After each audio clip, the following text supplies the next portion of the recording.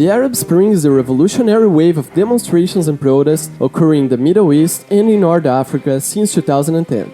The economic crisis led the population of several countries to defy their authoritarian governments. It all started in Tunisia in the end of 2010, when Mohamed Bouazizi, desperate with the lack of perspectives in his country, set himself on fire.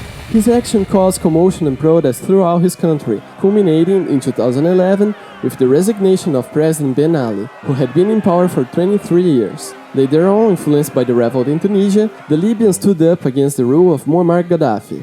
Gaddafi has some disagreements with Western leaders, who embraced the opportunity to intervene militarily in his country, helping rebels to overthrow the former ruler.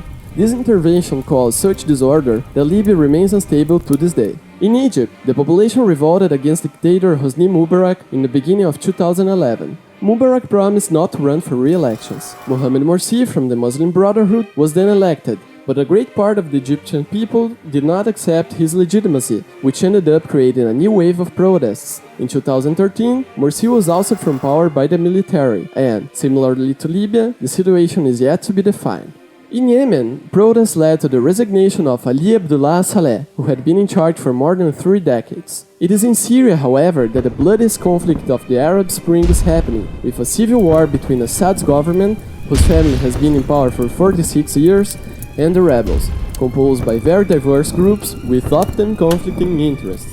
Fearing that an intervention could cause more instability, like it happened in Libya, part of the international community is against military solutions for the situation in Syria.